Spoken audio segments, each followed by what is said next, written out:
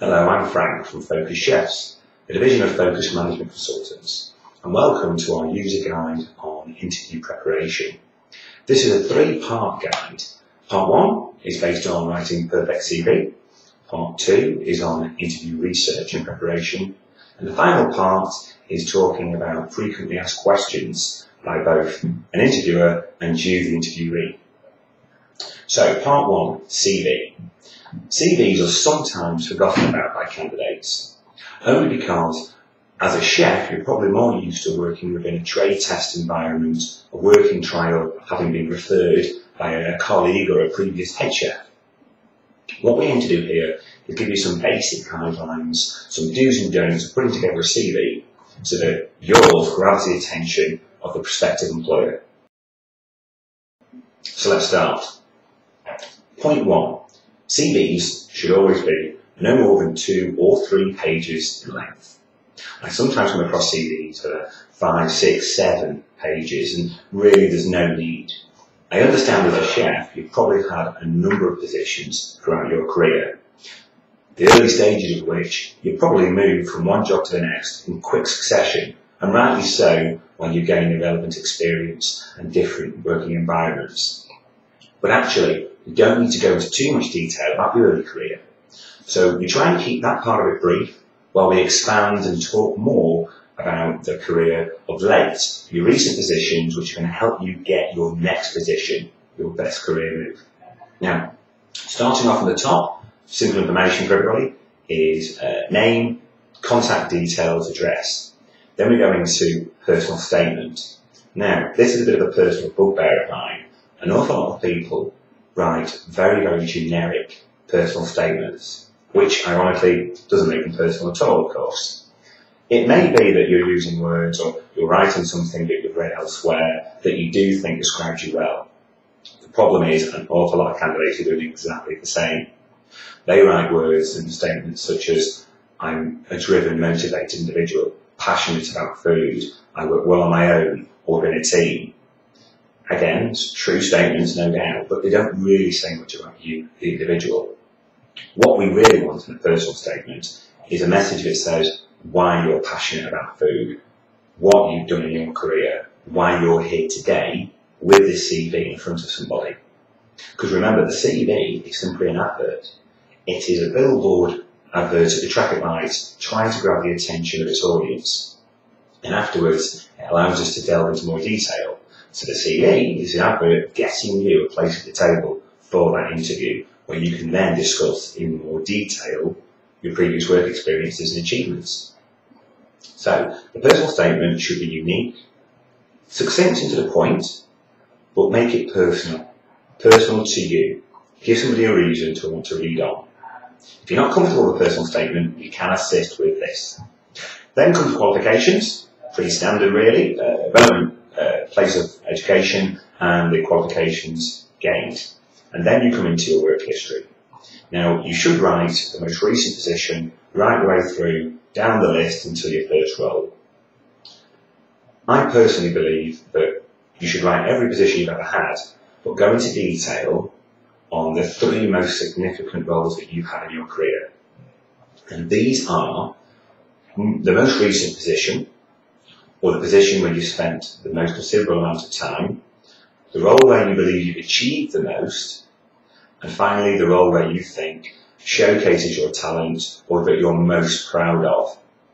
Now, an amalgamation of all of those different things can go into one job potentially, but I think it's those areas that are going to get you your next job.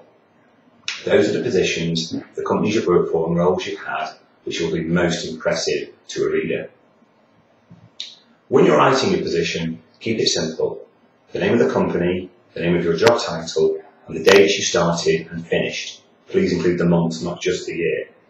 From there, you're going to talk top-line information about the business you were working for, what kind of company they were, where they were in the marketplace, the size of them, type of venue, what kind of food service or food manufacturing company were they.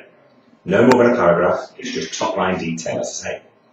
Then, through bullet points, you're going to list your responsibilities and role and achievements and challenges you were faced with. For example, you would write, 40 cover restaurant producing 180 covers on a busy weekend. One bullet point, simple enough. 6 in the brigade. Myself, junior sous, senior sous, and line chefs, maybe.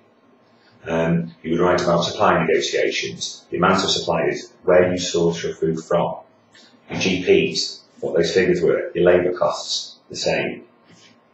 Details that basically go through what made that position a challenge, your core duties, and what you achieved in that role. You might talk about achieving awards, of course. You might talk about achieving health and hygiene standards, achieving new customer base, a higher turnover. Whatever you pin your cap to and say, I assisted that change, I affected that result. And after all of that, I don't think it's a bad thing to put in the reason why you left. Readers of CVs want transparency and honesty. If you left your last role for a very justifiable reason, the company went into administration, you were made redundant, you had a difference of opinion with the decision makers and owners, perfectly plausible, perfectly understandable, if explained in the correct way. You can even talk about wanting to move on for a career advancement, feeling stale in that position because you've done so much over a certain length of time. I think sometimes chefs don't explain themselves well enough. When sat opposite a prospective employer, they ask why you moved on. Bear in mind, you're working long hours, 5 or 6, even 7 days a week. So what might feel like one day's work to you could be 2 or 3 in the world of a desk jockey. So I think it's important to mention why you moved on for those reasons. That is simply the core basis of your CV. The job title, the business and the dates, top line information on that role and that business, and then bullet point information about your duties and responsibilities. The reason for leaving. That's it. Repeat that with every job. Please don't just repeat the same words for each role. Make it different, because each job was different, and you would consider yourself to be different to the competition going for this role. Finally, on CVs, include interests and hobbies. A lot of people really do use it as a bookend or a footnote to their CV, and I think it deserves much more attention than that.